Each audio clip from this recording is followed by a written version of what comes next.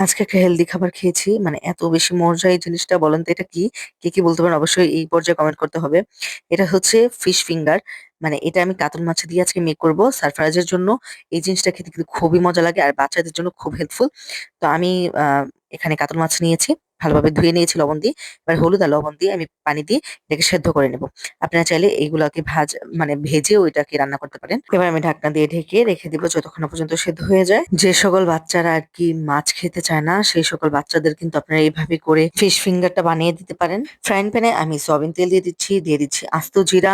এবার দিয়ে দিলাম পেঁয়াজ কুচি। আমি পেঁয়াজটাকে ভালোভাবে কুচি করে নিয়েছি। অবশ্যই এটার মধ্যে আমি কাঁচামরিচ দিব না, কারণ এটা আমার বাচ্চা খাবে। আপনারা চাইলে এখানে ঝালের পরিমাণটা বাড়িয়ে কিংবা কমিয়ে দিতে পারেন, কোনো সমস্যা নেই। এবার আমি এটাকে ভালোভাবে ভেজে নিচ্ছি। এবার দিয়ে দিচ্ছি ১ টেবিল চামচ পরিমাণে আদা রসুন বাটা। এবার দিয়ে দিচ্ছি হলুদ গুঁড়া, মরিচ গুঁড়া আর দিয়ে দিচ্ছি ধনিয়া গুঁড়া। এগুলা কিন্তু দেওয়া লাগবে। আর আমি একটু সামান্য ঝালের জন্য দিয়ে দিচ্ছি মরিচ গুঁড়া, লবণ দিয়ে দিচ্ছি। এগুলাকে ভালোভাবে মিক্স করে নিচ্ছি। জিরার গুঁড়াও এখানে এড করে নেবেন। এবার ভালোভাবে মিক্স করার পর সামান্য পরিমাণে আমি পানি দিয়ে দিব, যেন ভালোভাবে কষানো হয়ে যায়। সামান্য একটুখানি চিনি দিয়ে দিব। এবার দিয়ে দিচ্ছি এই তো আমার কাতল মাছের মানে কাটা ছাড়ানো কাতল মাছ। এগুলাকে আমি ভালোভাবে মিক্স করে নিচ্ছি। দিয়ে দিচ্ছি উপরে একটুখানি গরম মসলা গুঁড়া।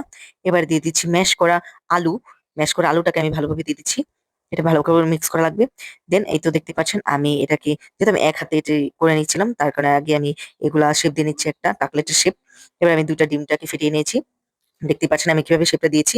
অবশ্যই আপনারা যে যেমন করে শেপ দিতে পারেন, কোনো সমস্যা নেই। আমি একটু লম্বা আকারে শেপটা দিয়ে দিচ্ছি। এবার আমি এগুলাকে ডিমের সাথে কোটিং করে নিব। এবারে উপরে দিয়ে দিচ্ছি ব্রেড ক্রাম্ব। ব্রেড ক্রাম্বটা দিয়ে ভালোভাবে গড়িয়ে নিব। যেন খেতে একটু মচমচ লাগে, মচমচে হয়ে যায়। তার কারণে আরকি আমরা ব্রেড ক্রাম্ব দিয়ে গড়িয়ে নিয়েছি। এবার একে, একে আমি এগুলাকে বানিয়ে রেখে দেব। আমি কিছুটা ভেজে দেখাচ্ছি আপনাদের, আবার কিছুটা আমি ফ্রোজেন করে রেখে দেব। যখন ও খেতে ইচ্ছে করবে তখন আমি জাস্ট এটাকে ভেজে ওকে আমি সার্ভ করে দেব। আমি প্রায় সময় কিন্তু এভাবে বানিয়ে রাখি। কারণ আমার ছেলে খেতে পারে। খুবই মজা করে আর আনন্দ করে এটা খেতে পারে। ভাত কিংবা অন্যান্য কিছু দিয়েও এটাকে খাওয়াতে পারেন, পোলাও দিয়েও খাওয়াতে পারেন। মাঝে, মাঝে সস দিয়েও খায়। খুবই হেলথি একটা খাবার আর খুবই মজাদার। তো নেক্সট ডে দেখতে পাচ্ছেন আমি ডুবো তেলে আমি এই ফিশ ফিঙ্গার গুলা ঢেলে দিলাম।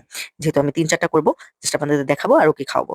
আর বাদবাকি যেগুলো থাকবে সেগুলোকে আমি ফ্রোজেন করে ফ্রিজে রেখে দেব। যখন আমার ইচ্ছা হবে তখন আমি জাস্ট ওকে খাওয়াবো।